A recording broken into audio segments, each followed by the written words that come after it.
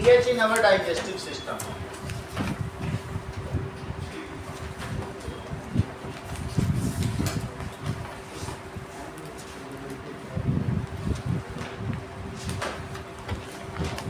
Now, that is in our digestion, the pH value helps in digestion of food.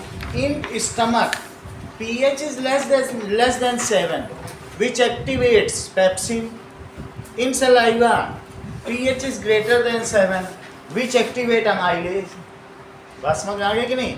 इसी तरीके से जो हमारा बाइल जूस है, its pH is greater than 7, alkaline है, which activate बताओ correct.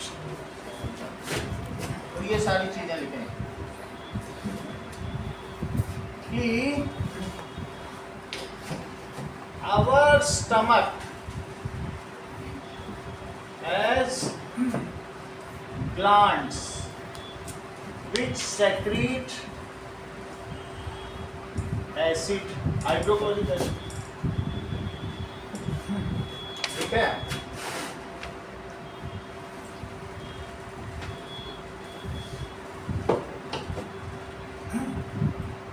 In case basic layer of mucus is depleted का मतलब है कि reduced, then acid comes in contact with stomach and a burning sensation is produced. समझ आई बात कि नहीं? मान लो म्यूकस, जब तुम ज्यादा बाहर की चीज खाओगे जिसमें ज्यादा बैक्टीरिया होगा तो वो और एसिड करेगा, इससे तुम मारना ही है, लेकिन उस मारने के चक्कर में क्या होता है बताइए, हमारी लेयर ही डिप्लीट हो जाएगी, क्योंकि उससे तो बैक्टीरिया मारना ही पड़ेगा ना, इसलिए. So it is depleted. Now acid comes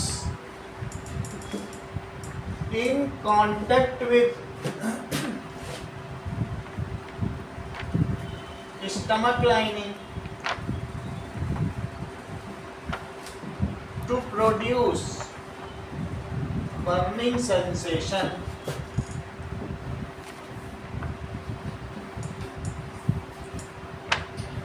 तो इससे करने के लिए हमें एंटासिड देना पड़ता है.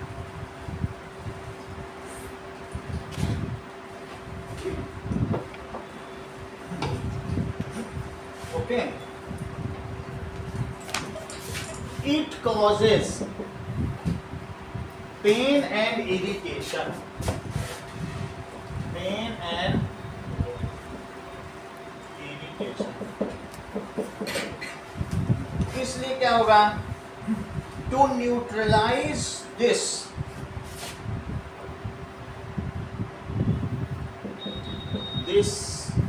and getting relief, कि पेट की जलन से छुटकारा पाने के लिए. पेट में जलन होने लगती है, हम लोग को अभी फील नहीं हो रहा, लेकिन कभी कभी जो लोग ज़्यादा नींबू खाते हैं या ज़्यादा अचार खाते हैं तो उनको ये फील होता है.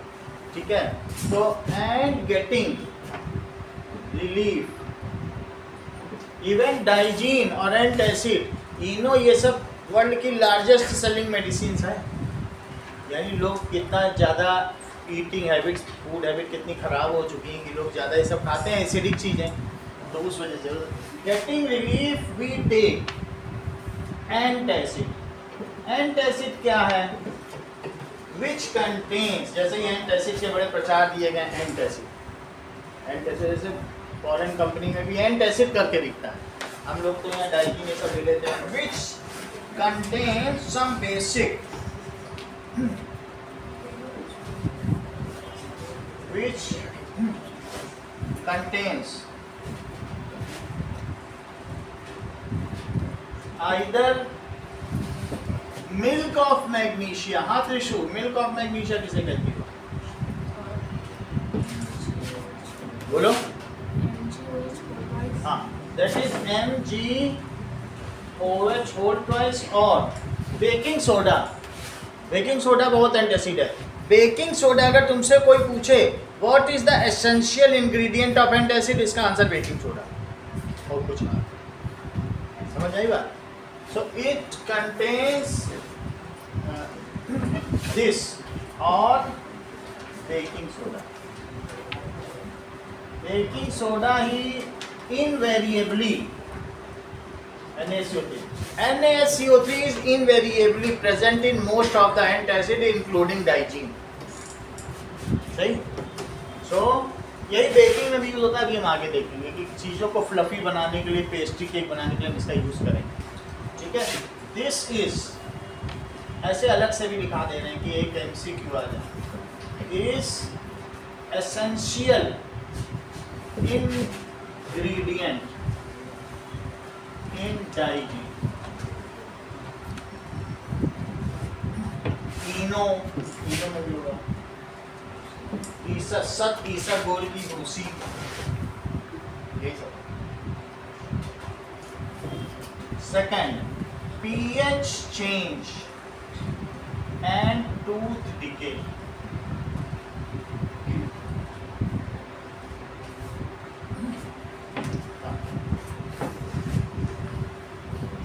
That is, in normal condition our mouth is basic। अभी मॉर्निंग में लिखा था कुछ 7 पॉइंट कितना लिखा था, 8 है किसका? नॉर्मल चेक करके बताओ।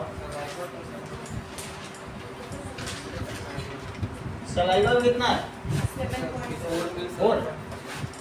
Mouth is basic, that is pH is equals to 7.4. However, just after meal it reduces to 5.5.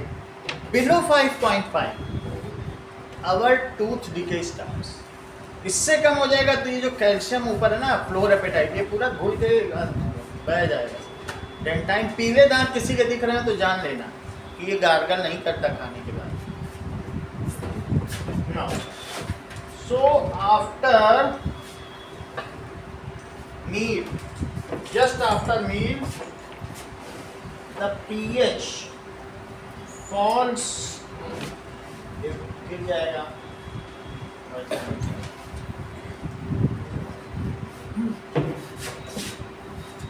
Just after meal,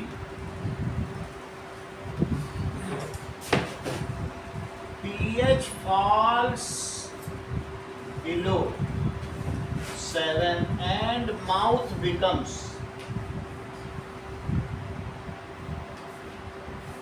acidic। ज़्यादा चीनी खाओगे तो ज़्यादा स्ट्रेप्टोकोकस बैक्टीरिया उसमें एसिटोबैसिलस एसिड सेक्रीट करेंगे तोड़ने के लिए। ऐसे में माउथ ज़्यादा एसिडिक हो जाएगा। आप खा क्या रहे उस पर भी निर्भर करता है। नहीं तो आप कहोगे कि एसिडिक कैसे हो गया, हम तो सब सुने हैं कि वो जो माउथ में सलाइवा है वो बेसिक है, तो माउथ तो बेसिक होना चाहिए। ये एसिड कहाँ से आ गया? माउथ में तो कहीं एसिड सेक्रीट होता ही नहीं। हमने तो कोई ऐसी चीज़ नहीं, हम तो रोटी खा रहे हैं, लेकिन रोटी से ग्लूकोज बनेगा और उस ग्लूकोज को तोड़ने के लिए स्ट्रेप्टोकोकस बैक्टीरिया, वो लोग क्या है, होलोजोइक न्यूट्रिशन थोड़ी ना करते हैं, उनके अंदर डाइजेशन से वो बाहर ही पचाते हैं खाने को, उस पर एसिड छिड़केंगे, उसको तोड़ेंगे, जो बनेगा न्यूट्रिएंट्स उसको खाएंगे। समझ आई बात कि नहीं? तो इसके लिए जितना कार्बोहाइड्रेट मुंह में रह गया, ग्लूकोज रह गया या रोटी का ही टुकड़ा रहेगा, वही ग्लूकोज बन जाएगा। तो अल्टीमेटली क्योंकि टूटता है ना पॉलीशुगर मोनोसोडियम, तो क्या होगा, हमारा माउथ का बहुत संभावना है कि पीएच गिर जाए। क्यों? क्योंकि हमने गार्गलिंग नहीं की। अब माउथ में जो ये सीट है, इसके ऊपर क्राउन, इसमें क्या जमा हो गया, खाना या और भी हाइडिंग प्लेस है। And becomes, if it falls, pH falls below 5.5, tooth decay starts। तो इसके लिए हमें क्या करना चाहिए, करेक्ट जो भी food habits are to be adopted. थोड़ी थोड़ी देर में खाना नहीं खाना चाहिए। किसी ने भी चॉकलेट दे दी तो कभी कुछ दे दिया तो खा ही रहे, तो माउथ में पार्टिकल रहेंगे तो स्ट्रेप्टोकोकस के मजे हैं। So we should adopt correct food habits and gargle after every meal।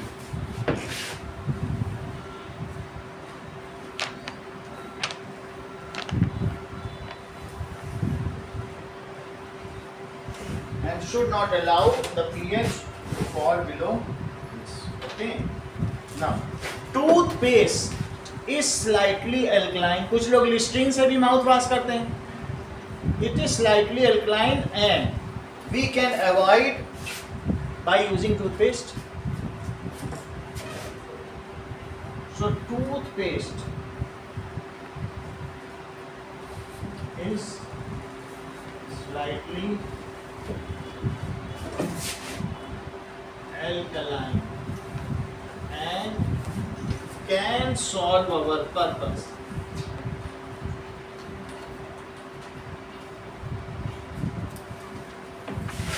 Now तीसरी चीज है pH and our soil।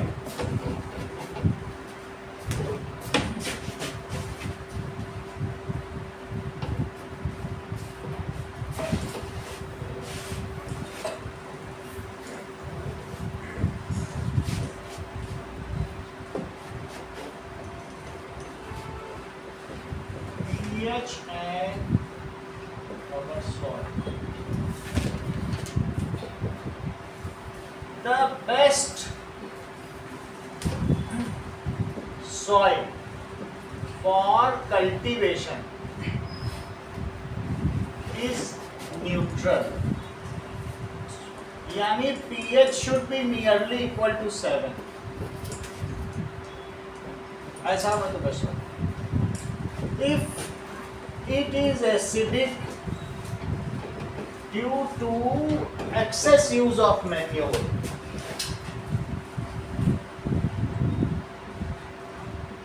क्योंकि मैन्योर का अधिकतर पार्ट काऊ डंग होगा, उसी से बनेगी, then it is to be treated with lime stone, या ये भी कह सकते हैं कि लाइम वाटर से कर लें। लाइम वाटर चूने का पानी होगा, या और चौक से भी कर सकते हो। चौक भी तो CaCO3 होती है, CaCO3 से कर लो। लाइम वाटर तो सबको पता है, और एक्टिव लाइम।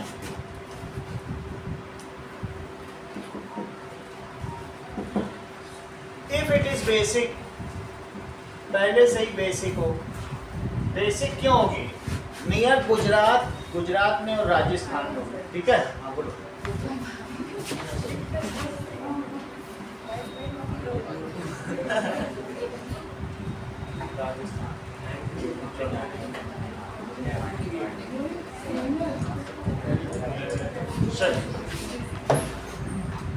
यहाँ पर बेसिक होगी क्योंकि हम मकराना के पत्थर पहले से ही हैं। सब चूना बह बह के आता है कि नहीं, CaCO3 जब जहाँ पे से निकलता ही हो तो वहाँ तो बेसिक हो जाएगी ना। तो इसमें हमें क्या करना पड़ेगा? देन ऐसे में हमको मैन्योर का यूज करना चाहिए। क्या यूज करना चाहिए? Then soil can be neutralised. ये दो क्वेश्चन, दो MCQ अलग अलग हैं कि अगर बेसिक है तो क्या यूज करोगे? मैन्योर। एसिडिक है तो ट्रीट इससे करोगे, बाकी यूज जो करते हो करते हो। Then soil can be treated with manure, और कोई और कुछ नहीं है तुम्हारे पास।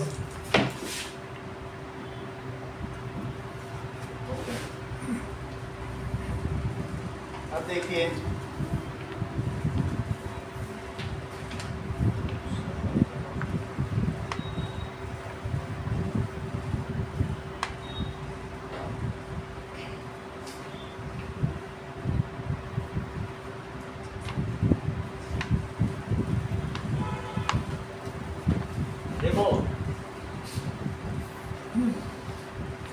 Acidic rain and pH and aquatic animals.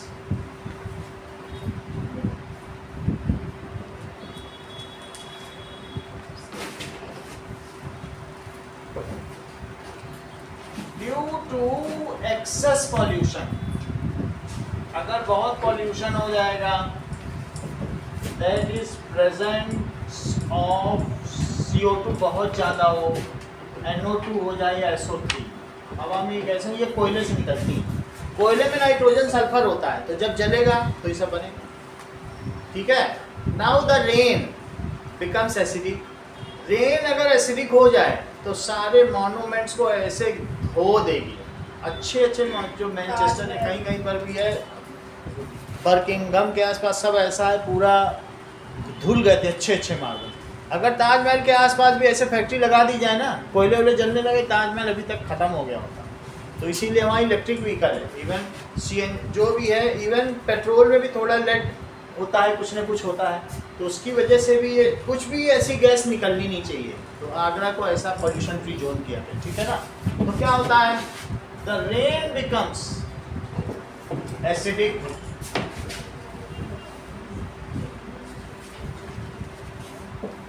Nineteen 1975 में बोलता था लंदन की, वो जो इंग्लैंड था, कि हमारे यहाँ तो जो लंदन है वो वहाँ तो कभी दिन ही नहीं निकलता, इतना अंधेरा, कहता धुआं ही धुआं छाया है। देखो शायरी कर रहा, how urbanisation is taking place, how much cloud, black clouds. लेकिन जब एक बार एसिड रेन ऐसी हुई कि गाय की चमड़ी तक निकल गई, इंसान को तो कैंसर हुआ ही, स्किन तक पूरी, जो जो बाहर था सबने एसिड रेन का मचा लिया, और फिर सब बहुत बुरा हुआ, समझ आया ना, कई स्किन डिसीज हो गए। तो इस तरीके से तब लोगों ने, दुनिया को पता चला कि अरे एसिड रेन ऐसी होती है। और इसी एसिड रेन की वजह से जो वहाँ की बहने वाली मेन रिवर है, अभी मुझे याद नहीं आ रहा उसका नाम, उसका वाटर एसिडिक हो गया। और जो 7 to 7.4 to 7.8 हम लोगों के बॉडी का pH है, हम लोग उसमें अच्छे से रह सकते हैं। तो मछलियों को भी तो वैसा ही पानी चाहिए, मछलियों को स्लाइटली बेसिक पानी चाहिए। अगर उनको तुम एसिडिक पानी दे दोगे तो वो अपनी बॉडी का pH कैसे मेंटेन करेंगे? और नहीं तो ऐसे में उस वाटर में तुम्हें हल्का चूना डालना पड़ेगा, जिससे कि pH चेंज किया जा सके और मछली सर्वाइव करें। नहीं तो मछली मर जाएंगी, तो वो रिवर ही पंजेंट हो जाएगी। तो इस तरीके से become acidic. So the water bodies भी क्या हो जाएंगी, also become acidic, and the pH of body is between 7.4, हम लोगों का सर्वाइवल कहाँ से कहाँ तक है 7.8। तो अगर बॉडी pH मान लो एसिडिक हो गया, तो उसका pH अगर एसिडिक हो गया त्रिशु, तो बताओ 7 से ऊपर हो जाएगा उसका pH कि कम हो जाएगा? 7 से नीचे हो जाएगा। तो अब मुझे तो यहाँ तक पहुँचाना पड़ेगा ना। Now such water is treated with, इसको हमें क्या करना पड़ेगा, कैल्शियम कार्बोनेट, चूने से। सच water is treated with CaC होती, ज़्यादा उसमें चूना वूना नहीं डालना, नहीं तो मछली मर जाए, ऐसे न मरती है तो वैसे मर जाए। With CaCO3 to shift pH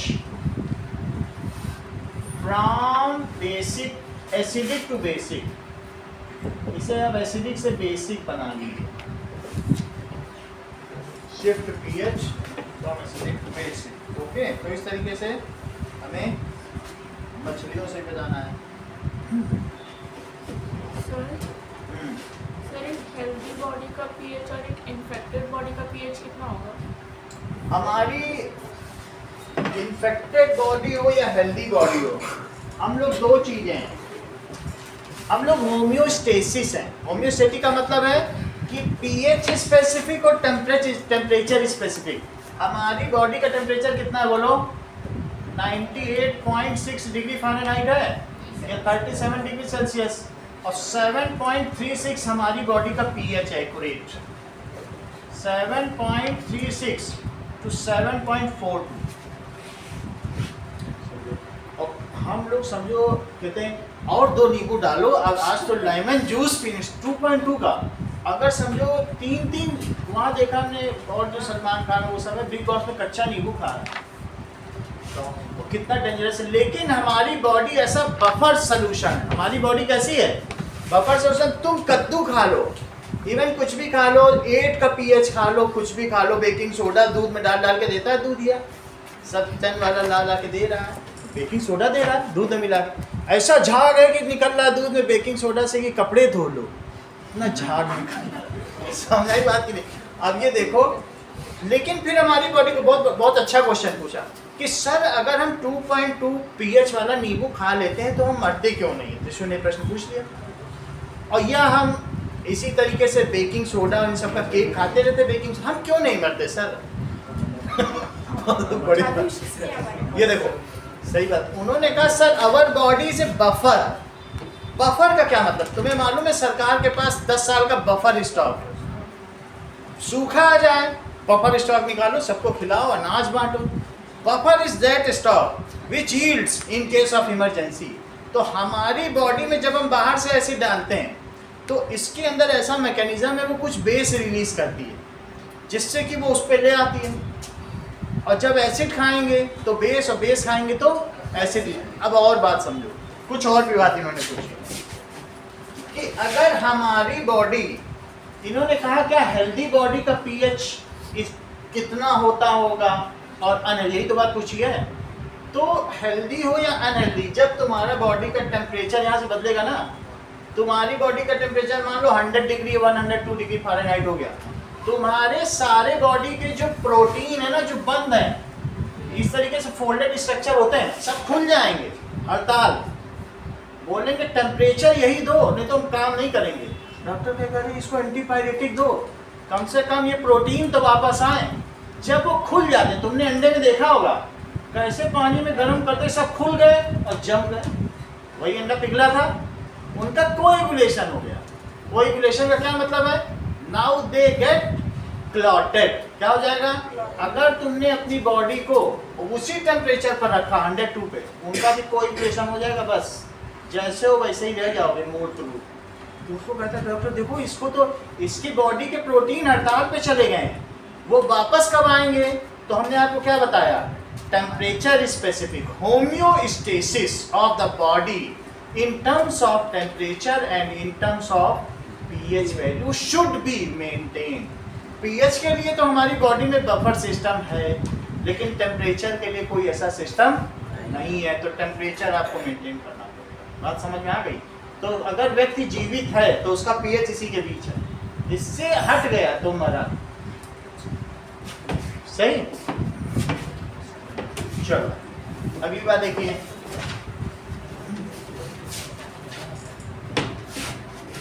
now self defence through chemical warfare. Self defence in case some ant bites us, कोई चींटी ant bite हो जाए, ठीक है, और bee stings,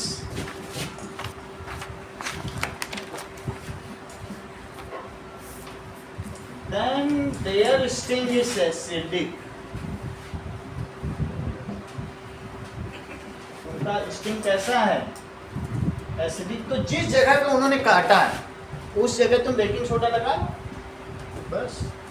कद्दू घिस लो, भिंडी घिस लो, जो स्लिपरी है ना वो सब सब्जियां बेसिक हैं, भिंडी हो लगा लो, ठीक है। एसिडिक तो क्या करो बताओ, then we should treat the affected portion, जो अफेक्टेड पोर्शन है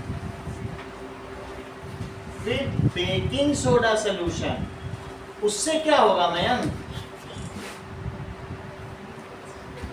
मान लीजिए उन्होंने हमारे बॉडी में स्टिंग इंजेक्ट कर दिया अपनी स्टिंग से, अब तुम वहां बेकिंग सोडा लगा लो, उससे क्या होगा, न्यूट्रलाइज हो जाएगा and we will get relieve. सही है, and we will get relieve. कभी तुमने ये चीज देखी है, पीली बर्र देखी है? वेस्प या स्पाइडर, बेसिक है स्पाइडर, है ना? स्पाइडर हो जाए या इफ ए वेस्प, वेस्प का मतलब है पीली बर्र, और स्पाइडर, ठीक है, ये हमको अटैक करती है या इन्फेक्ट्स अस, स्टिंग्स भी कर सकती है।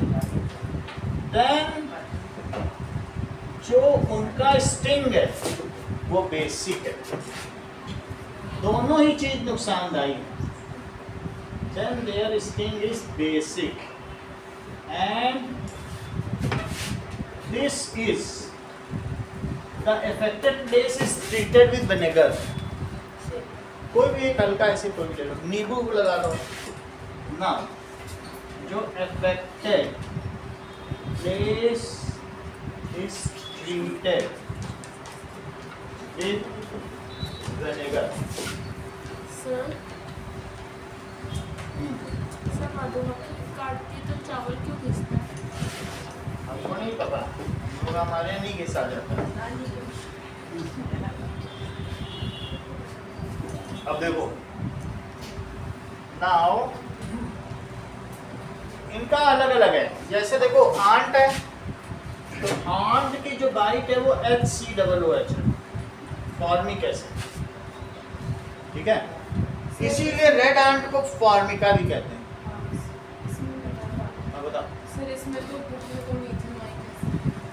मीथेनोइक एसिड का उसमें बताएंगे अभी, कार्बन एंड का पता है तुमको? मेथेन, एथेन ये पता है, इसीलिए नहीं बताना है। मेथेनोइक एसिड, फॉर्मिक एसिड ये इनका निक नेम है, और मेथेनोइक, एथेनोइक, एसिटिक एसिड एक होता है केमिकल नेम, तो एक है निक नेम। वो दोनों के बारे में तुम्हें अगले चैप्टर में पता चलेगा ना। एक निक नेम है और एक केमिकल नेम है। जो निक नेम है उसका दूसरा नाम है ट्रिवियल नेम। तो ये फॉर्मिक एसिड इनको मेडिकल वाले सब बोलते हैं, लेकिन इसको केमिकल नेम क्या है? Methanoic acid. जिसमें एक कार्बन हो उसे मेथेनोइक बोलना, दो हो तो एथेनोइक, तीन हो तो प्रोपेनोइक, और चार हो तो ब्यूटेनोइक, और उसको जो दूसरे वाले वो अमूल बटर ब्यूटाइरिक एसिड बोलते हैं। अब देखो एथेनोइक का क्या बताया, बताओ?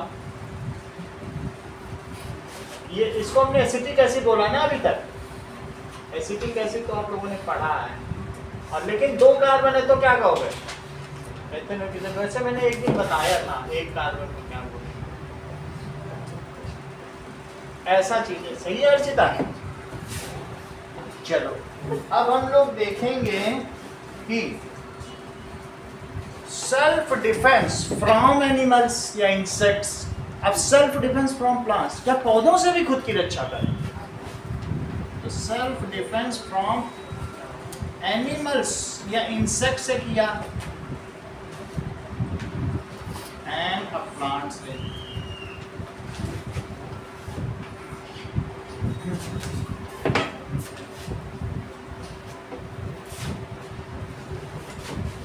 देखो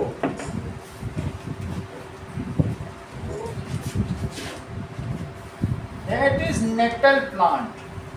नेटल प्लांट जंगलों में होता है, तो उसमें छोटे छोटे कांटे निकले थे। इसमें देखो ये नेटल प्लांट, देखो कांटे निकले, दिख रहा है? ये देखो कांटे निकले कैसे रेशेदार। अगर इसकी स्टिंग लग जाए तो जंगली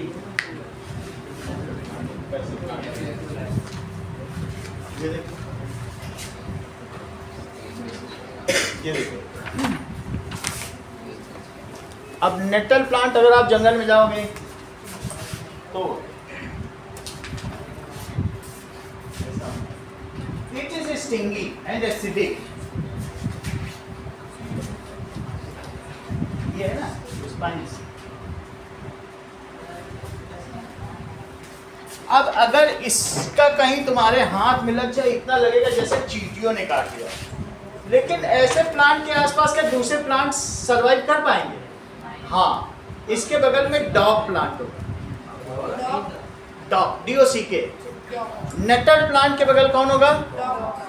डॉग प्लांट। वो इतना बेसिक है कि इसके कांटे उस पर लगे वो न्यूट्रलाइज कर देता है और मजे से जीता है। दूसरा तो नहीं जी पाएगा ना। कह रहीम कहसो निभय बेर केर को संग, और वे दौलत रस आपने इनके फाटा तंग। मतलब बेर और केले का संग कैसे निभ सकता है? अगर बेर के पेड़ में कितने कांटे हैं और बेर एक बार घूमेगा तो केले की पत्तियों को फाड़ के रख देगा। ऐसे दो दोस्तों का कभी संग हो सकता है? वे दौलत रस आपने और इनके फाटा तंग। तो ऐसे तो दोस्ती नहीं निभेगी। तो इसी तरीके से नेटल प्लांट के बगल कौन होगा? Dog. In case in forest during camping, ठीक है, अगर तुम कैंपिंग कर रहे हो, we get a sting of nettle plant, we get a sting of nettle plant which is acidic। तो ये कहा गया है कि नेचर हमारे लिए खुद ही ऐसी चीज बना देता है जो प्रोटेक्टिव हो। Then you need not to go to any doctor. Nearby search whatever plant is there that is basic. Just take and rub it and come back. आपको कहीं जाने की जरूरत है, जो उसके बगल वाला है वही बेसिक है। नेटल में देखा ना, उसमें कांटे हैं और ये पुदीना होता है बेसिक की तरह। देखो बेसिक होगा पुदीना, इवन वो मिंट है, उसकी कैटेगरी भी जितनी भी है सब वो मिंट वाली है।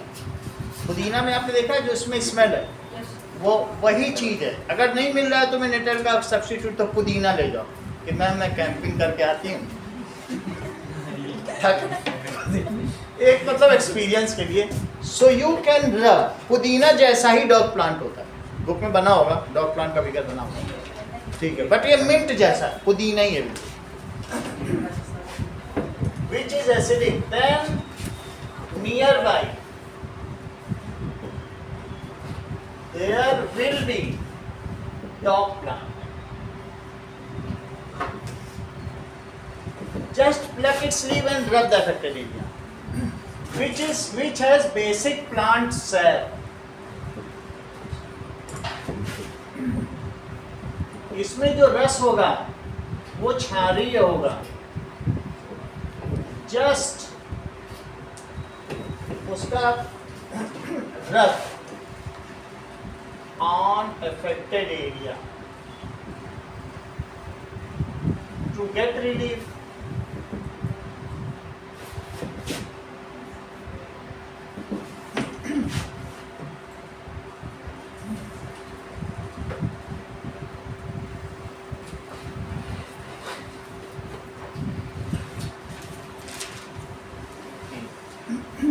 Now हम कुछ चीजें देखते हैं। देखो डॉग प्लांट हमारे में तो बना है, तुम्हारे में नहीं बना है क्या?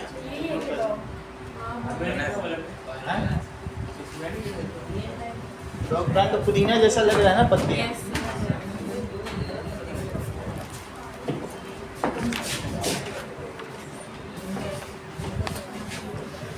सम ऑर्गेनिक एसिड्स, देखो नेचुरल सोर्स, तो some organic acids like vinegar, सिरका। Vinegar 5 to 8% of CH3COOH in water है, एसिटिक एसिड। विनेगर में क्या चीज पाई जाएगी? Acetic acid.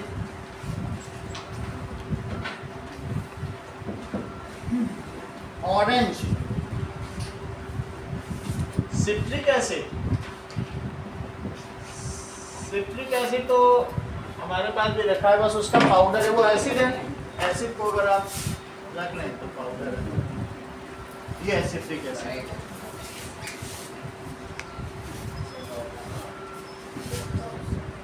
ठीक है।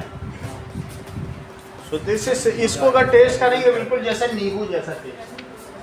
तो कई बार क्या है, जैम जेली बनाते समय से डालते हैं, हाँ खाया जाता है। ये तो मेडिकल स्टोर से सब में डाला जाता है। जो भी वो बनाते हैं ना प्रिजर्वेटिव, फूड प्रिजर्वेशन का जो खाद्य संरक्षण में कोर्स करते हैं, इसको ले जाते हैं, इस्तेमाल करते हैं। अच्छा अब देखो, और इस तुम्हारा कौन बज रहा है क्या? टेमारिंड इमली में क्या होगा? Tartaric acid. टोमेटो, उस दिन ऑक्सैलिक एसिड ही तो दिखाया था। ऑक्सैलिक एसिड ये है COOH। Oxalic acid. इसी तरीके से खट्टे दूध में या कर्ड में लैक्टिक एसिड। लेमन, ऑरेंज हो या लेमन, आंट स्टिंग,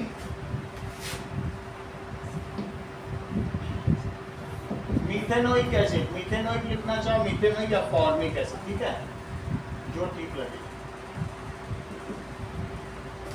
कुछ लोग कहते हैं ये मीथेन होता है, ये तो तुम जानते होगे कि ये मीथेन है कि नहीं, बोलो।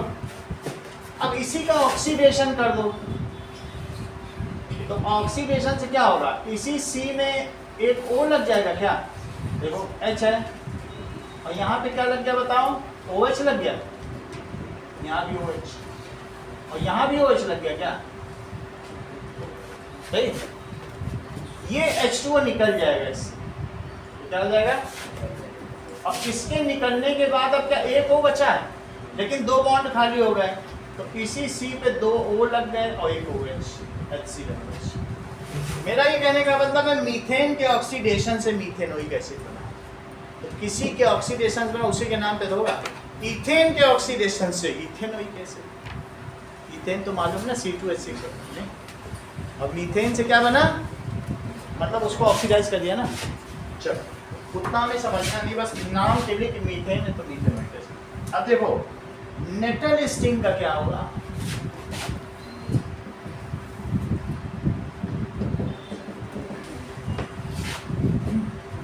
ओके,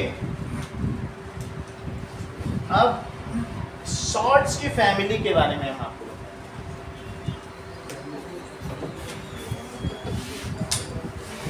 यह है कि डिलीटेड है।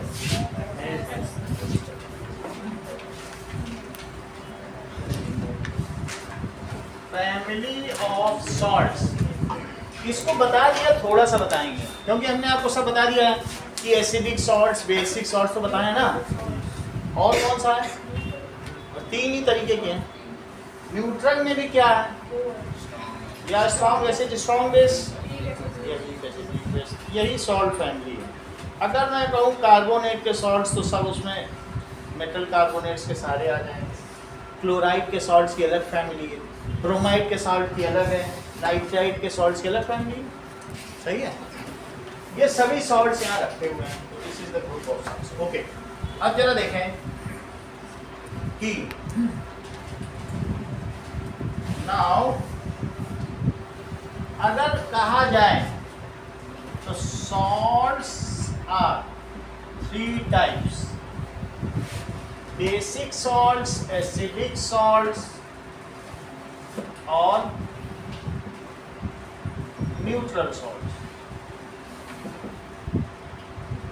लेकिन इसको फैमिली नहीं कहा जाएगा। फैमिली का मतलब है all the sulphate salts comes in one family. All sulphate salts come in one family. जो बहुत प्रचलित हैं, अर्चिता ऐसे 7 सल्फेट सॉल्ट्स के नाम बताओ जिनको बिल्कुल नकारा नहीं जा सकता, रोजमर्रा हम लोग यूज कर रहे हैं और कई बार उनको रिएक्शंस में फर्स्ट चैप्टर में लेफ्ट एंड राइट ऐसे 7 सॉल्ट। अब अगला आपसे कार्बोनेट, Na2SO4,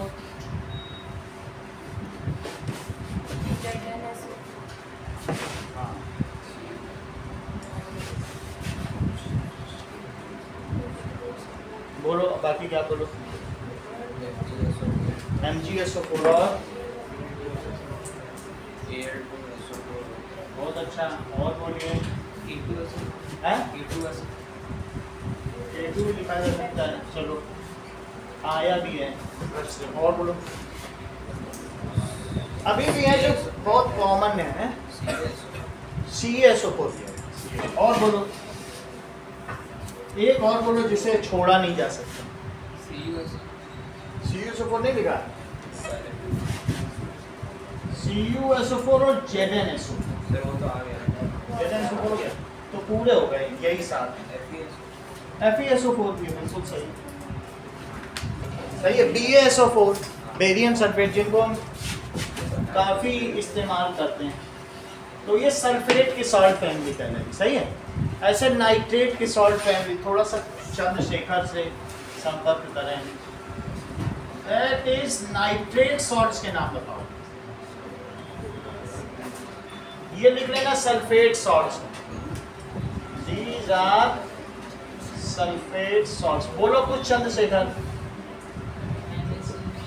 हाँ? हाँ।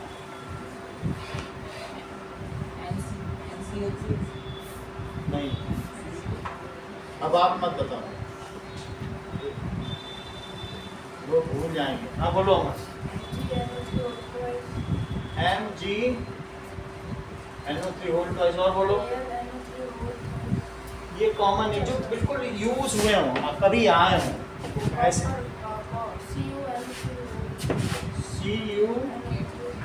CuNO3 whole twice. नाइट्रेट की ज्यादा साल्ट आपके आए हैं। एक और आए, बताओ फर्स्ट चैप्टर में डिकम्पोजिशन नाम बताओ। हाँ? PB यही सब आए, और तो नहीं है ना कोई, सही है। ताशी कार्बोनेट साल्ट बताओ जरा।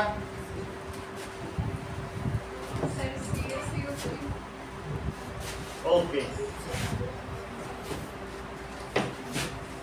that is carbonate salts, CaCO3,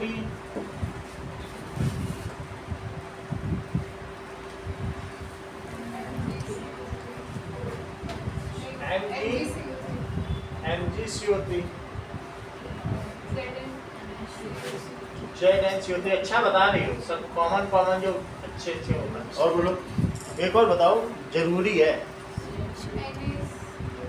बोलो। तुम तो बहुत होशियार हो। हाँ बोलो। Na2CO3, ये सब है, ये मेन है, ठीक है, यही सब यूज होते हैं। और कौन सा?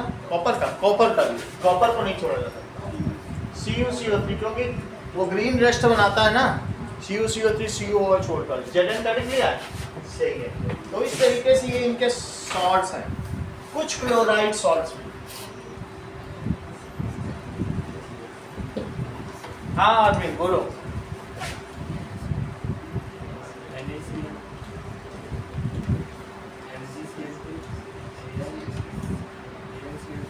सही बता रहे। और बोलो। CuCl2 बोलो। ZnCl2। और बोलो, अभी भी फर्स्ट चैप्टर में और भी क्लोराइड सॉल्ट्स हैं, इन सब के नाम बताओ। हाँ? KCl और KCl के अलावा और AgCl और AgBr तो आए ही है, कितने आए हैं ना? कौन सा? अरे लो, AgBr सही है। ये सारे सॉल्ट्स हैं। अब देखिए, इनके बारे में ज़्यादा मैं बात नहीं करनी। जिनका pH 7 से कम है वो एसिडिक है और बेसिक है। इसमें देख के तुम पता लगा सकते हो कि कौन कौन से क्या है। ऐसे ही अमन बता दो जरा, ये कैसा होगा, एसिडिक की बेसिक? क्योंकि CuOH होल ट्वाइस एक बेसिक है, वो वीक बेस होगा, और HCl स्ट्रॉन्ग एसिड। देख लो, जो फर्स्ट ग्रुप ही स्ट्रॉन्ग बेस है। फिर तो मैंने सबको वीक बताया। थोड़ा बहुत जो असरकारक है वो कैल्शियम का है, बस, बहुत ज़्यादा नहीं, उतना नहीं है तेज। और वैसे वीडियो हमने दिखाया था पानी में आग लगाने वाली बात कि कौन कितनी तेज ब्लास्ट करता है, वो सब ये फर्स्ट ग्रुप वाले ही तो है।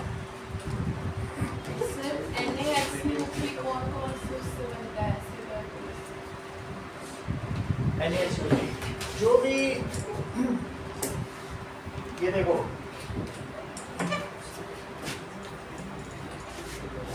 मान लीजिए हमारे पास H2SO4 है, ये दो चीज बताना, H2SO4 है। अब इन्होंने बताया कि सर H2SO4 एक स्ट्रॉन्ग एसिड है। अर्चिता का एक सवाल है कि सर H2SO4 स्ट्रॉन्ग एसिड है कि HSO4 माइनस।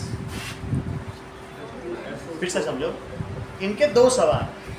इन्होंने बोला सर H2CO3 स्ट्रॉन्ग एसिड है कि HCO3 माइनस, ऐसा ये पूछा। समझो, कहने का मतलब है जब ये सल्फेट है, ये H2SO4 है ना, ये H2SO4, जब इसने एक दे दिया क्या हुआ बोलो, एक H निकल गया, तो बोलो क्या होगा इसके पास बताइए, इस पे माइनस आ गया होगा और ऐसा होगा। ऐसी स्थिति में इसने जब इलेक्ट्रॉन ले लिया तो इसने खूब ये इलेक्ट्रॉन अपने पास नहीं रखा। जैसे तुम्हारे पास पैसा आया तो तुम, जैसे इन्होंने क्या है, मुलायम सिंह ने लिखा अखिलेश को बांटा, अपनी बहू को बांटा, सबको पैसा बांट दिया, अपने पास कोई नहीं रखा। ये इलेक्ट्रॉन पूरे में बांट देगा तो इसकी कंगाली दूर हो जाएगी। समझो इस बात को। अगर इसने इसका इलेक्ट्रॉन लूट लिया ना, बोला तुम जाओ तुम्हें नहीं देंगे, यही तो एसिड होता है, ये पूरे में बैठा देगा, पीछे भेज देगा। तो बताओ ये ऑक्सीजन अब इसमें विगर है इसको लूटने की कि रिलक्टेंट है, धीमा पड़ गया, पीछे से मिल गया ना सामान। अब इसकी जो डेफिशिएंसी ऑफ इलेक्ट्रॉन थी वो दूर हो गई। तो बताओ ये अच्छा एसिड है कि ये पहला इलेक्ट्रॉन 100% आयोनाइज होता है और दूसरा इलेक्ट्रॉन 1,00,000 में एक। कहने को हम लोग कहते हैं देखो ये डाई बेसिक एसिड है, कहने की बात, अरे असली चीज मोनोबेसिक है। सेकंड वाला जो है वो मुश्किल से निकलता है, बात समझ में आई कि नहीं, बहुत मुश्किल से निकलता है। ये पहला वाला तेज निकल सही, इसमें भी। तो अगर मैं इसकी बात करूं और तुमने बना दिया NaHCO3, अब तुम्हारा यही तो प्रश्न था, तो तुम इसे कैसा बेस कहोगे, कैसा एसिड कहोगे? वीक एसिड की स्ट्रॉन्ग? वैसे H2CO3 ही वीक था और ये तो उससे भी गया गुजरा, यही पहला ही वीक था नहीं? चलो हम आगे की बात करें। नाउ किसी का मोबाइल बज जाए कि घड़ी बज रही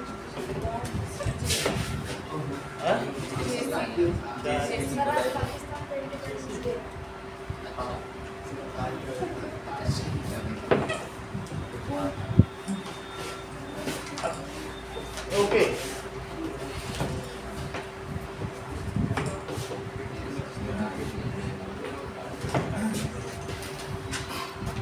नाउ सोडियम हाइड्रोक्साइड, अगले पेज पे आ जाओ।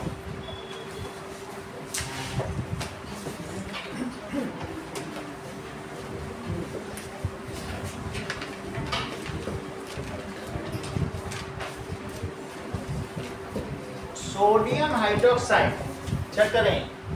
मान लीजिए कि हमने ब्राइन सॉल्यूशन ले लिया, ले लीजिए कोई दिक्कत नहीं, ले ठीक है। देखो अगर आप पानी में बहुत सारा नमक मिला लें, वैसे 100 ग्राम में 36 ग्राम ही मिलता है उसकी सॉल्युबिलिटी, अच्छे से मिला लो ज़्यादा से। 100 ग्राम में कितना मिलता है? 9 से पढ़ा है ना, वो जो प्रज्ञा वाला एक क्वेश्चन था चैप्टर 2 में, तो वो सारे साल्ट लेती तो नमक भी तो लेती 36 ग्राम। चलिए तो आपने भी ले लिया, दैट इज concentrated solution या saturated solution of common salt in water is called brine solution। तो हमने ये brine solution लिया और brine solution की इलेक्ट्रोलिसिस करा दी। इलेक्ट्रोलिसिस का क्या मतलब है? इलेक्ट्रिसिटी सप्लाई करके किसी को तोड़ना ही इलेक्ट्रोलिसिस कहलाता है। सही। एक मिनट लगा दो। अब इसमें क्या होगा? ये कैसा है? माइनस, और ये कैसा है? अच्छा, इसमें क्या क्या चीजें आपको लगता है प्राइम सोल्यूशन? पहले लिख लें, प्राइम सोल्यूशन क्या है? हम लोग देख रहे हैं सोडियम हाइड्रोक्साइड। सोडियम हाइड्रोक्साइड बनाने की विधि तथा इसके उपयोग। समझ आए? इसके बहुत सारे काम हैं। समझ आए? पहला वाला क्या है? सोडियम हाइड्रोक्साइड है ना, इसका देखो। तो prime solution is saturated solution. किसका सोल्यूशन है? ऑफ कॉमन सॉल्ट एंड, और किसका होगा बोलो? वाटर। तो प्राइम सोल्यूशन में क्या क्या होगा? NaCl plus water. इसका सैचुरेटेड जितना मिल सके मिला लो, इसमें ले लीजिए। अब इस सोल्यूशन में मयंक के क्या क्या होंगे बताओ? आयंस के नाम बताओ। बहुत अच्छा, आप भी बताओ। उन्होंने क्या चार बताए? चारों बताओ जो उत्कर्ष ने बताया।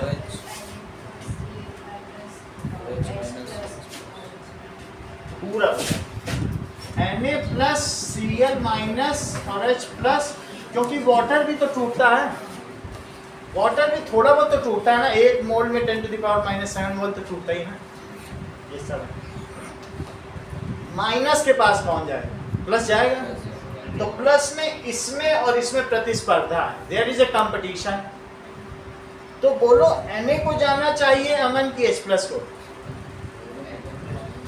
ये बहुत अच्छा बना। कह रहे Na क्यों जाएगा? उत्तर से बता दिया। बोला Na तो एक्टिव मेटल है, उसकी डोनिंग कैपेसिटी है। सबसे तेज डोनर करने वाले तो फर्स्ट ग्रुप ही है। वो तो दे कर खुश है, राजा तो दे के खुश होता है। तो बेस्ट डोनर मेटल कौन है? तो कहेगा मैं तो नहीं जाता, मेरा तो ऑप्टेट पूरा, मैं तो दे दिया, बाहर फेंक दिया करके कचरा, 1 इलेक्ट्रॉन ले जाए जिसका, तो मैं नहीं देता। इसीलिए Na प्लस है ना वो। फिर कौन जाएगा? इलेक्ट्रॉन एक्सेप्ट करने कौन जाएगा? Single displacement case. कौन एक्सेप्ट किसको करना पड़ता है? Zn आ गया, कॉपर से सोल्यूशन को कहेगा निकलो, वहाँ इलेक्ट्रॉन छोड़ दिए तुम्हारे लिए, जाओ, और तुम एक कैटायन हो, जाओ वहाँ जा करके उसको एक्सेप्ट करो, कैथोड में जाओ। कैटायन हो, कैथोड में जाओ। समझ में आई बात कि नहीं? जो वीक है उसको इलेक्ट्रॉन लेना पड़ेगा, जो स्ट्रॉन्ग है वो सोल्यूशन में रहेगा। यही चीज़ तो सिंगल डिस्प्लेसमेंट है। More active metal displaces less active metal from salt solution, go and get deposit. जाओ वहाँ डिपॉजिट हो जाओ, तुम कैटायन हो, कैथोड पे जाओ।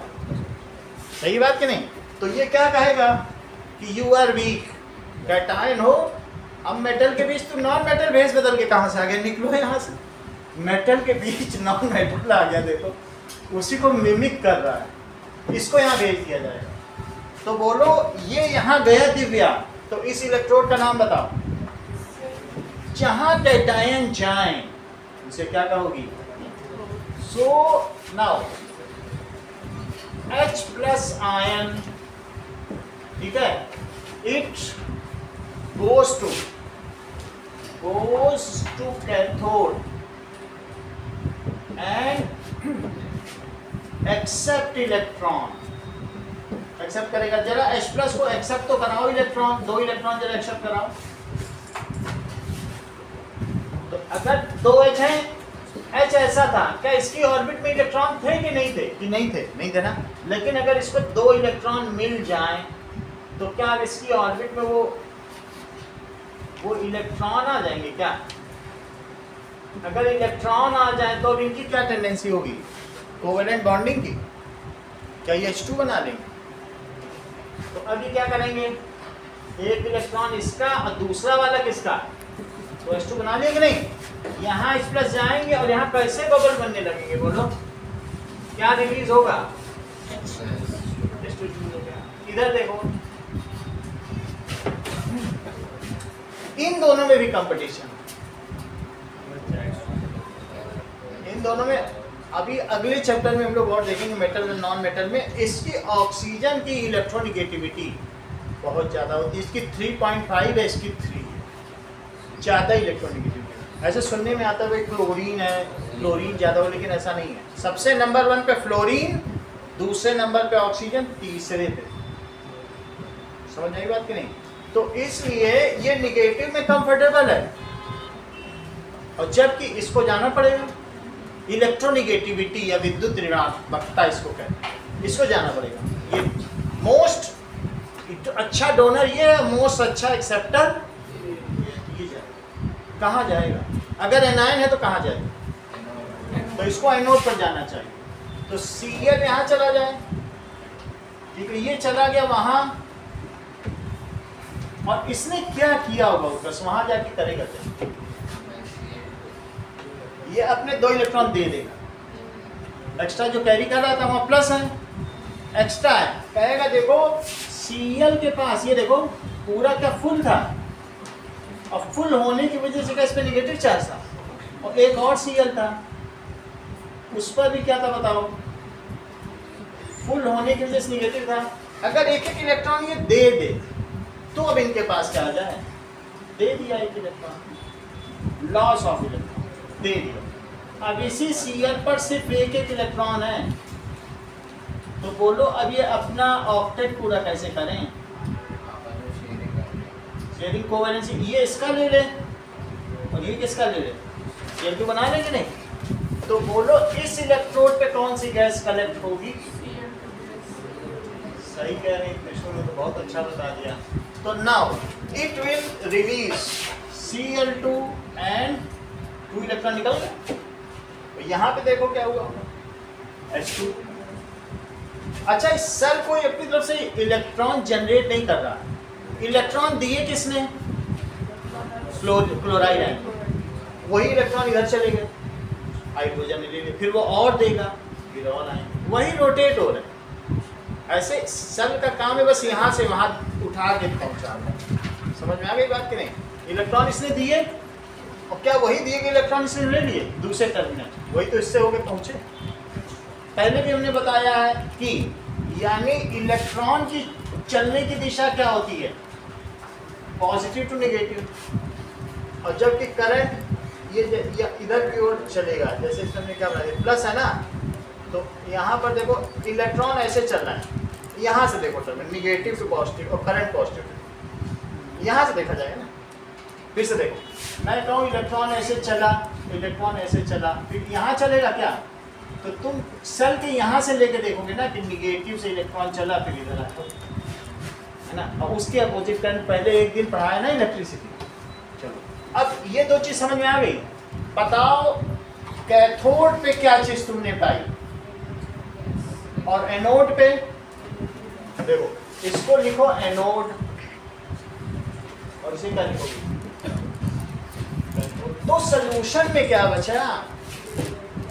Na बचा और 2 चीज बच गई कि नहीं? तो सॉल्यूशन में NaOH बचा और सारी की सारी चीज काम की है। फिर से देखो, क्या तुमने देखो इसे लिखो एल्कली। एल्कली क्या होता है? सुबह हम बात कर रहे थे, those bases which release OH ion in water, those bases. 2 तरीके के बेस हैं, एक वाटर में, एक जैसे कुछ ऐसे बेस होते हैं NH3, अभी इसमें OH आयन है ही नहीं, लेकिन सुबह ही तुमको बताया था कि एक्वियस अमोनिया में कि ये वाटर से रिएक्ट कर ले, तो करने के बाद इस पे OH आयन होगा, फिर ये NH4OH बनाता है कि नहीं, ये बेस है। अभी इसमें OH आयन नहीं है, लेकिन कुछ ऐसे होते हैं जिनमें होते हैं OH आयन, जैसे KOH, ये बेस है। लेकिन ये बेस होते हुए भी पानी में डालने के बाद एल्कली बन जाएगा, अभी तो नहीं है ना OH ion. So those bases which does not contain OH ion are not known as alkali. However those bases which, फिर भी देख लो, आप ऐसे देखो ना, Na2O बोलो पानी में मिल जाए तो क्या होगा, बोलो हो गया, ये बेस है, ये एल्कली जिसमें OH, समझ लो सम बेसेस आर एल्कली। अब तुम देख लो बेस कौन कौन से हैं, ये सभी बेस हैं, ये सभी बेस हैं, NH3 भी बेस है और ये भी बेस है, KOH NaOH. Some bases are alkali. समझ में आया कि नहीं? देखो मतलब alkali is essentially a base, but all bases are not alkali. जो alkali है उसको बेसिक होना होगा, लेकिन क्या सभी बेस alkali हैं? तो उनमें alkali कौन है? जिनमें जो कंटेन करता हो, दिख जाए, क्या दिख जाए, और जिसमें न दिखे, पानी में डालने के बाद दिखे, वो बेस। और बात समझा रहे? दोनों में थोड़ा फर्क है, नहीं समझ आई अचिता? जैसे Na2O, इसमें OH आयन दिख रहा है क्या? लेकिन अगर पानी में डालोगे तो दिख जाएगा। तो जिसमें OH आयन, तो बेसिस क्या चीजें होते हैं? विच रिलीज, अगर मैं बेस की बात करूं, which release OH ion in water are known as base, और those chemical substance which has OH ion are alkali, जो रिलीज करें पानी में। शुरू से पढ़ते आ रहे हैं, बेस की डेफिनेशन तो हमने यही पढ़ी, आपने भी यही पढ़ी। क्या पढ़ी बताओ? दोज केमिकल सब्सटेंस है नहीं OH, लेकिन पानी में जाएंगे तो अच्छा प्रदर्शन कर देंगे ओलंपिक में जाके। समझो इस बात को ना। Those chemical substance which release OH ion in water, those substance in which hydroxide ion is present. बात समझ आई? इस चीज को लिखें। Those substance which has, जिसमें क्या हो बोलो, OH ion present की बात की जा रही है। अमन बेसिस का भी बताओ तो थोड़ा पता चले कि कितना समझ में आया। बेस के बारे में क्या? Those chemical substance which release OH ion in water. ये देखो, यहाँ लिखो, और ये all alkalis are base, but all bases are not. ये यही लिख देना ठीक होगा। All alkali are base, but all bases are not. इतनी तो बात समझ आ गई। लेकिन इस प्रोसेस को अर्चिता क्लोर एल्कली प्रोसेस क्यों कह रही हैं? क्लोरीन और एल्कली मतलब NaOH बन रहा। In this process of electrolysis, जब इलेक्ट्रिसिटी सप्लाई करके किसी चीज को तोड़ा जाता है, लिसिस का मतलब तोड़ना, और तो उसे इलेक्ट्रोलिसिस कहते हैं। इसमें तुमने किसकी इलेक्ट्रोलिसिस कर दी? Utkarsh, NaCl। So during electrolysis of brine solution, इसके ऊपर एक पैराग्राफ लिखने को होता है। Write a note on chlor alkali process. अच्छा, क्या इसमें क्लोरीन बनी? ऐसी कोई चीज बनी जो एल्कली हो? इन इलेक्ट्रोलिटिक बेड क्या बना? क्या क्या बचा था बताओ इलेक्ट्रोलिटिक बेड में? इस चीज को देखो,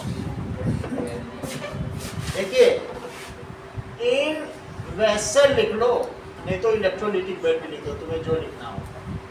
इलेक्ट्रोलिटिक बेड, जो नीचे है वही तो बेड है। तो आपने NaOH डाला, और क्या डाला बोलो? NaCl डाला था क्या? NaCl और वाटर, और यहाँ पे क्या की? इलेक्ट्रिसिटी सप्लाई कर दी। और ऐसा सप्लाई करने के बाद आपको एक H2 मिल गया। H2 कहाँ मिला और Cl2 कहाँ मिला? एट कैटायन है तो कैथोड पे मिलेगा, एनायन है तो एनोड पे मिलेगा। फिर NaOH कहाँ मिला? वेसल में। ठीक है, तो बताओ क्या इसमें क्लोरीन और एल्कली दो चीज मिली? As chlorine and alkali are obtained during this process. Hydrogen तो हम ऐसे ही पानी से ही ले लेंगे, हाइड्रोजन को कौन पूछता है? ये दो कीमती चीज है, इसी पे तो नाम दिया जाए, जो कीमती उस पे नाम दिया जाता है। During this process we get chlorine and alkali, that's why it is called chlor alkali process. ठीक है, देखो, during electrolysis of brine solution, we get chlorine, हमें क्लोरीन मिलेगी and alkali NaOH. So the process is called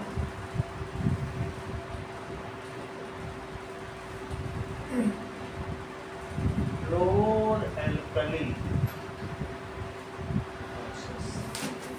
तुम लोग की book में अलग डायग्राम बनाना, मेरी बुक का अलग। क्या चीज है? वही चीज वो तो एक ऐसा बना लिया, इसी के पास जो गैस है वही चीज है।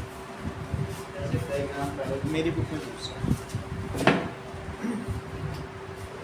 चलो अब देखिए,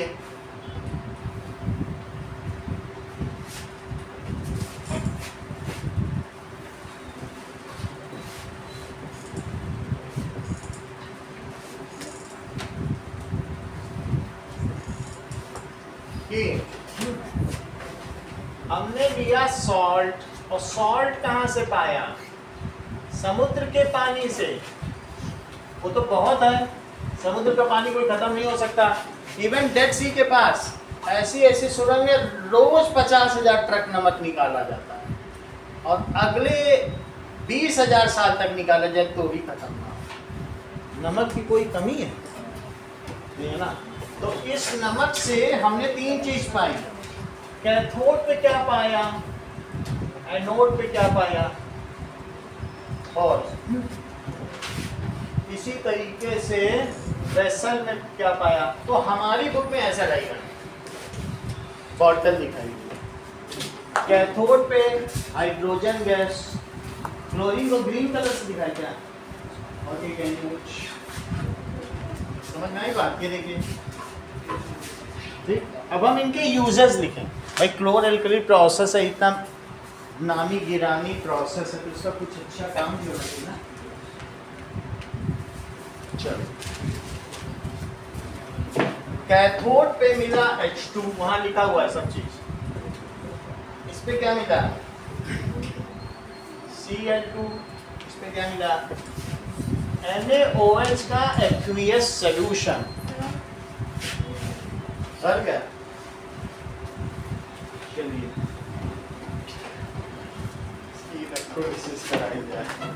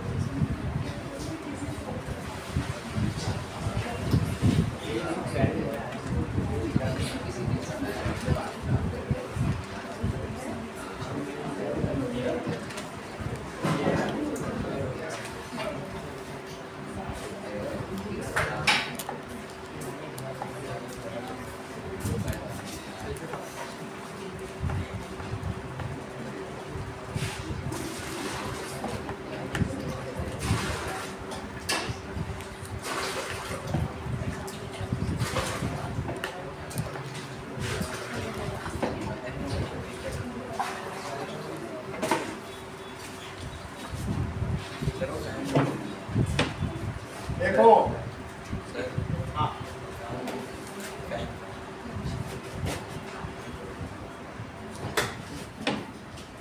ये फ्यूल के काम आएगा। जो H2 है वो फ्यूल है, CNG में मिक्स करके यूज करते हैं। CNG किसको कहते हैं? CH4, मीथेन को। कंप्रेस्ड नेचुरल गैस का क्या मतलब है? Methane, CH4। ओके, तो उसमें H2 मिलते हैं। दिल्ली की जो पहले शीला सरकार थी, उन्होंने 15% तक इसमें मिक्स किया था।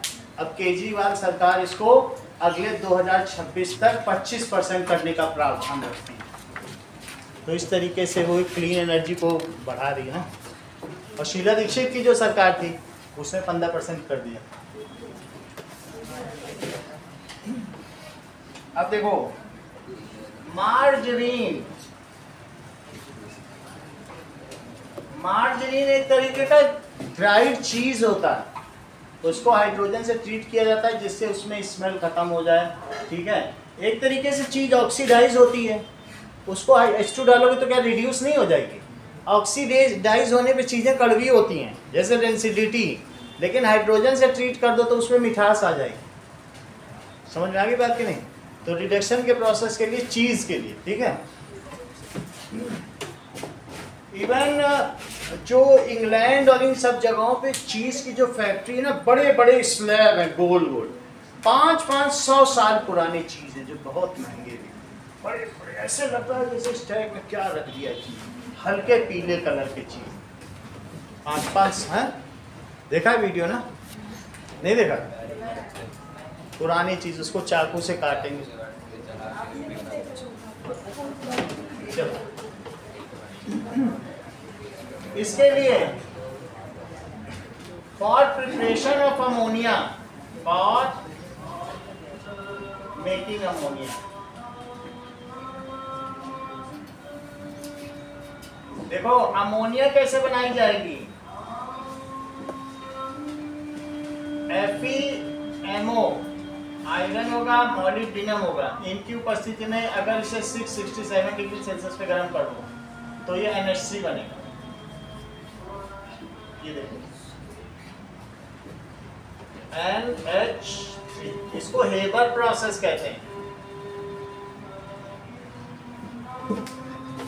अमोनिया बन गया, फिर अमोनियम सल्फेट बनाओ, अमोनियम फॉस्फेट बनाओ, उग्रवादी हो तो अमोनियम नाइट्रेट भी बना लो। अमोनियम नाइट्रेट तो ब्लास्ट करने काम में आता है।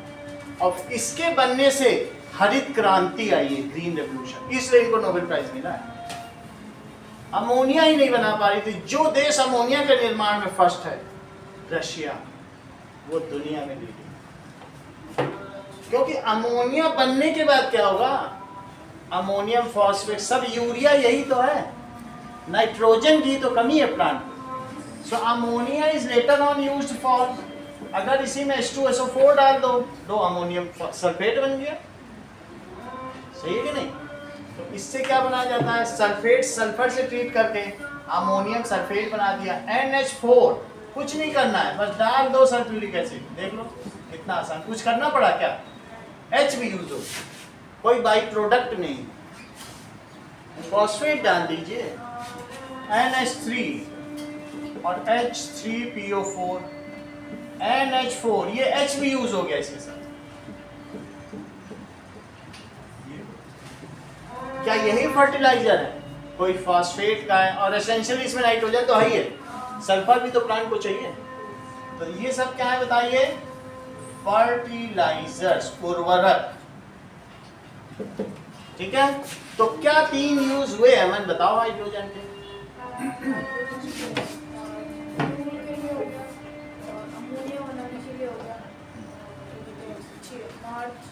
मार्जरीन, सही है।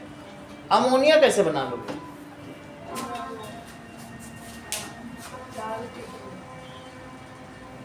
हाइड्रोजन और नाइट्रोजन को मिक्स करो, और Fe जो है यहाँ कैटलिस्ट है। जो लोग नए ये अमोनिया का कारखाना बोलते हैं, Fe थोड़ा सा डाल देते हैं, फिर जिंदगी में डालने की जरूरत नहीं है, वही Fe यूज होता रहेगा, उसी कैटलिस्ट का भी यूज नहीं होते। हाँ, ये रिएक्शन की स्पीड को बढ़ा देते हैं, सही है। तो Fe यहाँ क्या है? कैटलिस्ट है। क्या Fe इस रिएक्शन की स्पीड को बढ़ा दे रहा है? ये Fe ही डाला है, उसका नोबेल प्राइज मिला। और जरा और भी देखिए, इन्होंने Fe की स्पीड को बढ़ाने के लिए प्रमोटर डाला। हम आप लोगों को मोटिवेट कर रहे हैं, हम यहीं के यहीं खड़े हैं और आप लोग पास होते जा रहे हो, तो हम कैटलिस्ट हुए। लेकिन हमको जो मोटिवेट कर दे वो प्रमोटर। समझ आई? जैसे मैं वो हमें मोटिवेट कर दे। तो आप मॉलिब्डेनम प्रमोटर, Fe कैटलिस्ट, और H2N2 आ रहे हैं, बन बन के निकले जा रहे हैं। सही? तो 3 चीज समझ में आई। Fuel, margarine. अगला देखो, दैट इज क्लोरीन से क्या किया जाएगा, water treatment plant, swimming pool में डाल देंगे। वैसे भी तुमको मालूम है क्लोरीनेटेड टैंक होता है, वहाँ बैक्टीरिया डिसइंफेक्ट किए जाते हैं, बैक्टीरिया सब मर जाते हैं, है ना। तो इसलिए वाटर ट्रीटमेंट,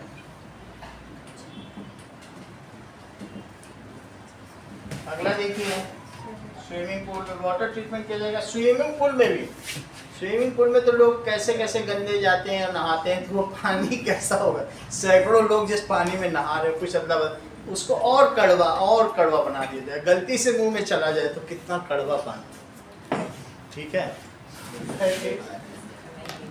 स्विमिंग पूल,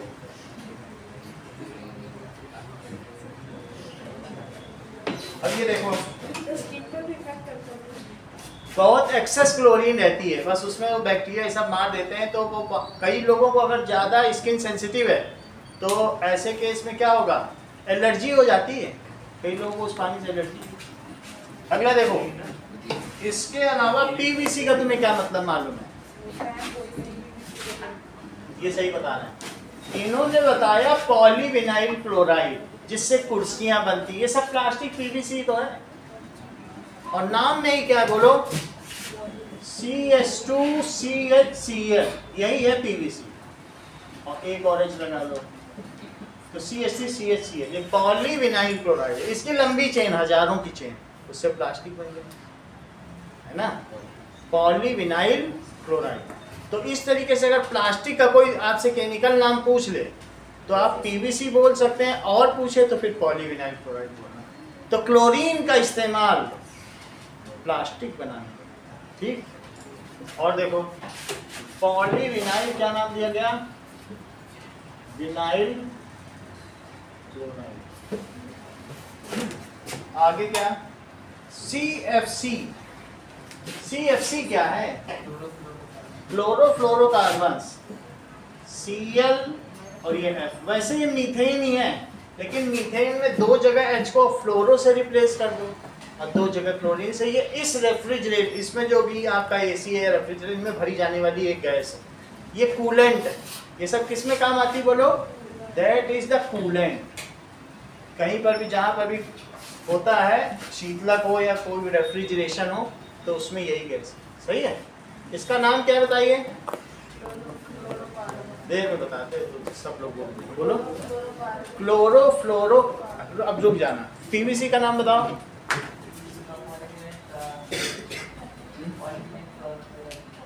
अब एक बार बताओ CFC का नाम बताओ,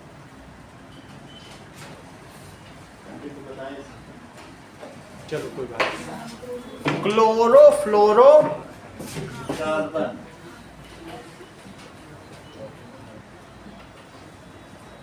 दिस इज कूलेंट, तो इसलिए इसको CFC के भी इस्तेमाल किया जाता है। बहुत अच्छा बोलना चाहते हो तो डाइफ्लोरोमीथेन।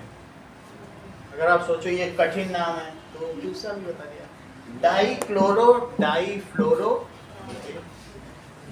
सही है। तो क्लोरीन के बहुत सारे काम है, और इसके अलावा पेस्टिसाइड्स, छिड़काव के लिए गैमेक्सिन या ऐसा कहीं पर भी हो, तो पेस्टिसाइड्स जितने भी हीट है इन सब में ये क्लोरीन जरूर है। पेस्टिसाइड,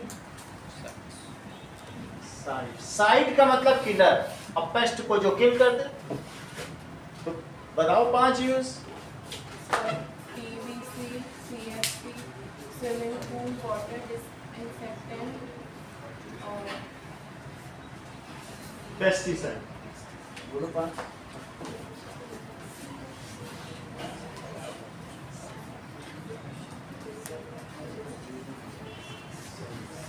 तो ये आपने देख लिया।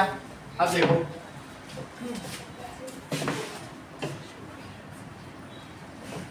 ये हमने क्लोरीन के यूजेस देखे हैं, सब यूजेस 2-2 नंबर के आते हैं। NaOH, डीग्रीसिंग,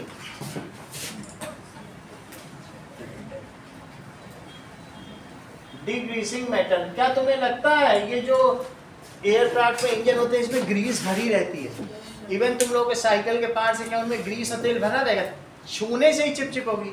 और तुमको क्या लगता है ये सब साबुन जो है ये सब एल्कली है क्या? जो कहीं पर भी साबुन है, और NaOH क्या सुपर एल्कली है? बेसिक है सब साबुन, सोपी और स्लिपरी है टच में। और सबसे अच्छा कौन है? तो अगर मेटल्स को तुमने NaOH के सोल्यूशन में बस डाल के निकाल दिया, चमक जाएगा सारी ग्रीस उसके अंदर। और फिर उसके बाद मेल्ट करो चाहे जो करो, तो डिग्रीस अच्छा कर लेगा कि नहीं? क्यों तुम छोटे मोटे रिनर डिटर्जेंट से दो सुपर एल्कली में धो, सही बात है कि नहीं? तो डिग्रीसिंग एजेंट बहुत, ये तो छोड़ दो, जो एविएशन के कंपोनेंट्स होते हैं ना इंजन, उसमें तो भरी रहती है ग्रीस, उसको निकालो। उसके पार्ट्स ही ऐसे हैं, it is hard to reach, उसके अंदर पाइप्स में ग्रीस भरी, वो कैसे निकालोगे? तो इट इज डिग्रीसिंग ऑफ मेटल। और बताओ, सोप एंड डिटर्जेंट, इसका बनाने का तरीका आपको पता चलेगा। समझ लीजिए, एक बर्तन लीजिए, उस बर्तन में NaOH डालिए और एक कैन ले आओ, और कैन में कुछ भी जैसा वो तेल आता ना, मूंगफली का तेल, वो भराओ, वो सब इसमें डाल दो। तो तेल डालो और क्या डालो बोलो? NaOH और 1 किलो नमक, तुम्हारा साबुन तैयार। सीरिया में खूब बना रहे, गांव में बन रहा है, 5-5, 10-10 लोग। सोप की टिक्की, तो अमेजन में भी बिल्कुल ट्रांसपेरेंट सोप जो है, इसको सोप केक कहते हैं। फिर उसको पिघला लो, और फिर उसके बाद आप क्या करो कि कोई ना कोई फ्लेवर डालो, नए नए साबुन तैयार। कुछ नहीं करना, तुम्हारे घर में तेल हो, ठीक है, तेल ले लिया, अमोनियम हाइड्रोक्साइड तो लाना पड़ेगा, ये आसपास नहीं मिलेगा। अमोनियम हाइड्रोक्साइड जैसे किसी दुकान में सरदारपुरा सीरो अमोनियम हाइड्रोक्साइड, और उसमें भी मिल जाएगा अमेजन में, ठीक है। ये 3 चीज मिला लो, और थोड़ी देर चलाओगे, ऊपर एक लेयर आ जाएगी। नीचे कढ़ाई का पानी फेंको, जो ऊपर की लेयर रखो, काट के सोप बना लो। कभी अगर ऐसा हो, मम्मी गई है बाहर, जब तेल उनकी बोतल में डालो, नमक डाला, साबुन तैयार, नहाते रहो, उनको क्या पता चले, है ना? तो तुम्हें समझ में आ गया ये किसके काम में आ रहा है? बताइए, मेकिंग सोप्स एंड डिटर्जेंट्स। इसके बारे में डिटेल से पढ़ेंगे, हमारे पास कार्बन एंड कंपाउंड चैप्टर। तो किसके बनाने में? Making soaps and detergent.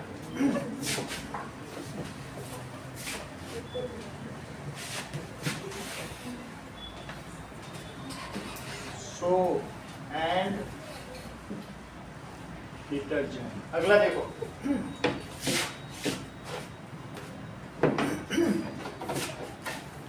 इसके अलावा पेपर मेकिंग, जो पेपर बनेगा प्लांट से, उसकी धुलाई जरूरी है, नहीं तो इतना सफेद क्या आप सोचो, ये इतना सफेद पेपर रहते हैं, व्हाइट प्लांट होते हैं क्या, और कहते हैं पल्प से मिला, इसको धुलाई करके उसका सारा कलर उड़ा देता है। ये डिकलराइजिंग एजेंट है, विरंजक, रंग को उड़ा दे। एक रंगरेज होता है जो चूनर को रंगता है, रंगरेज मेरी रंग दे चूनर, गाना सुना?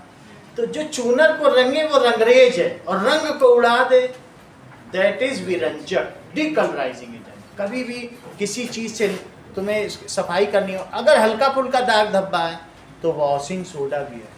रेलवे में तुमने स्मेल की, उसमें एक वॉशिंग सोडा की स्मेल आती रहती है ना, तो सोडा से उसको धोते हैं। और किसी में जैसे पल्प को धोना है, तो ऐसे में हम क्या करेंगे बताइए? पेपर इंडस्ट्री में पल्प में से कलर हटाने के लिए, उसको व्हाइट बनाने के लिए हम किसका इस्तेमाल करेंगे? समझ में आई? उसकी धुलाई के दौरान। ओके, तो it is in paper industry. Artificial fibre,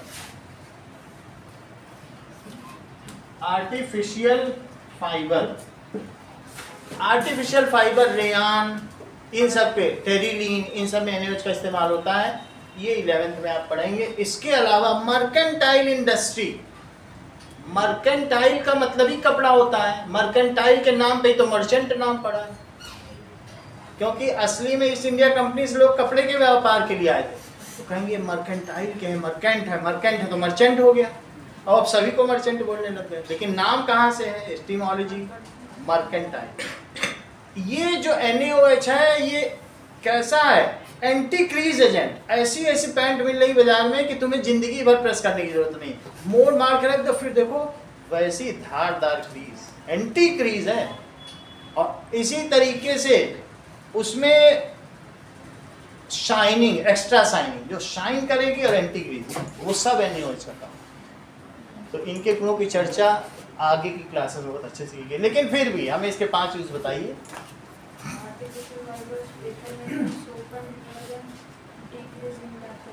सब बता सही है।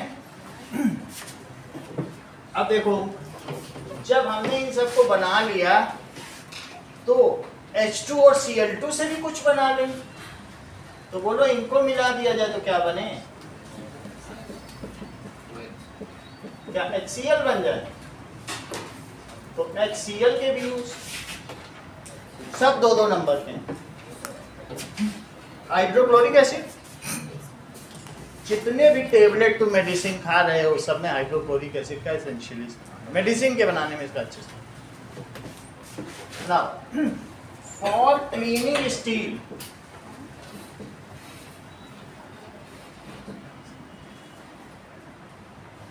स्टील में से ये रिमूव कर देगा।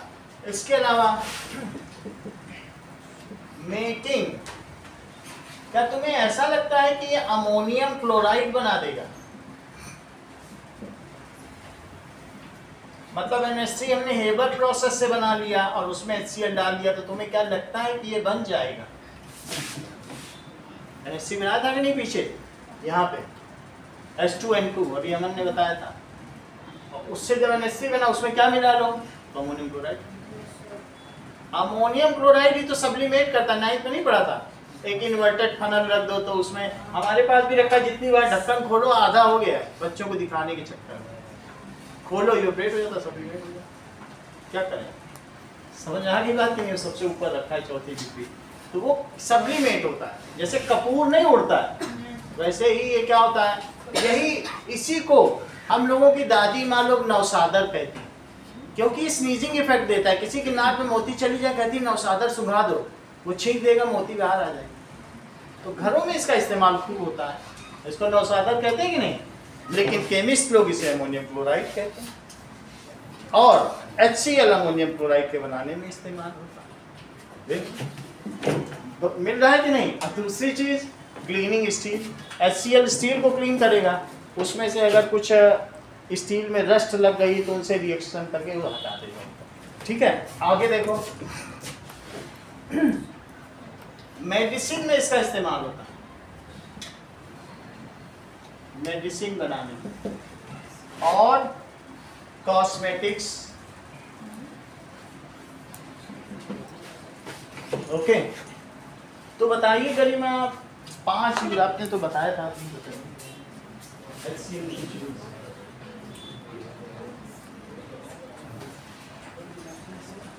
बोलो भैया।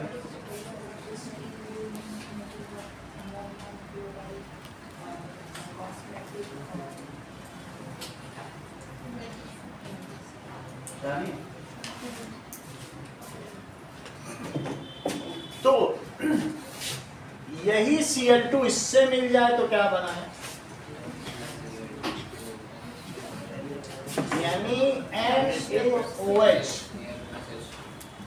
ये सही कह रहे हैं, बहुत बड़ी बात कही है। ये कह रहे हैं ये ब्लीच ऑफ सोडियम। ठीक है, देखो अब जो NaOH है और एक है KOH, क्या ये इससे रस्ट लग जाती क्या कहीं पे? ठीक है, तो तुम इसका क्या नाम लोगे, रस्ट के नाम पे बताना, और इसका भी। इसमें से किसे कास्टिक सोडा बोलोगे और किसे कास्टिक पोटास? कॉस्टिक सोडा ऊपर वाला है और कॉस्टिक पोटाश। ये कॉस्टिक है क्योंकि रस्ट करता है सोडा, और इसे क्या कहोगे? Caustic potash. इस नाम से काफी फेमस है। अब यहाँ पर जो बना है इसका नाम बताओ। Sodium oxychloride. ठीक है, या ब्लीच ऑफ सोडा।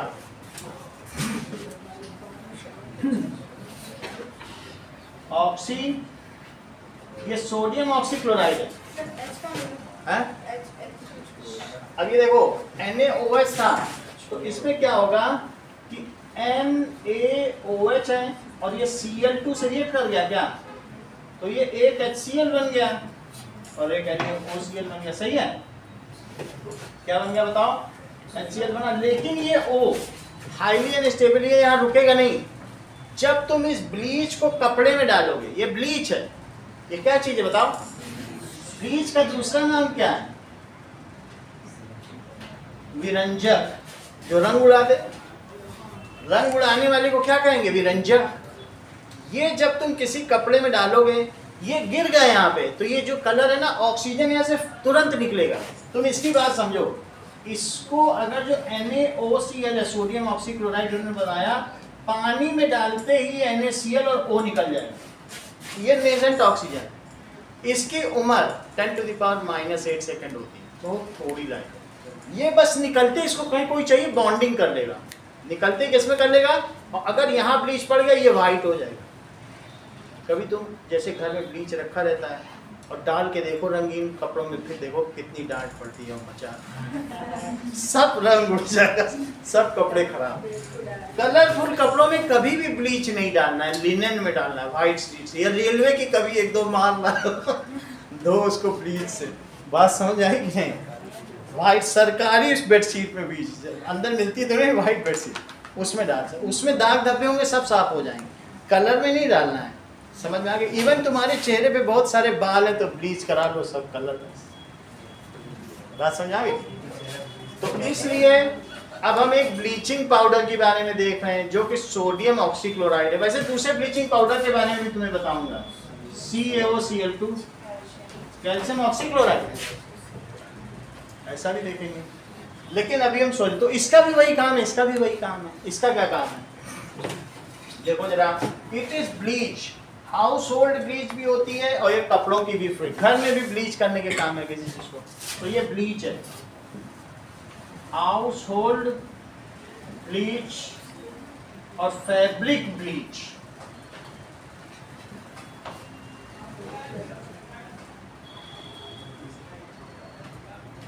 ये बात समझ आ गई।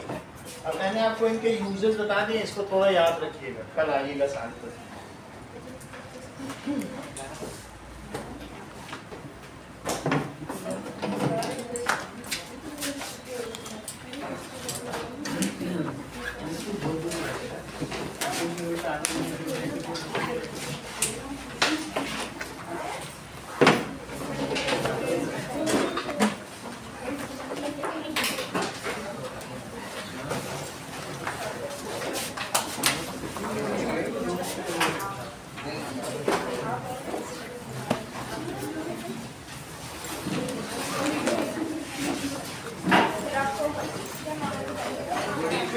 Good evening. Bye.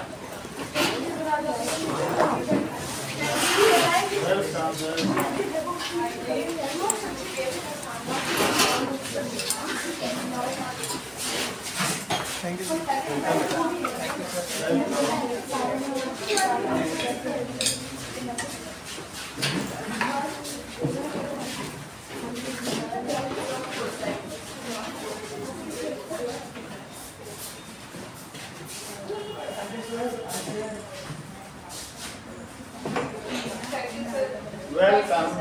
Welcome बेटा।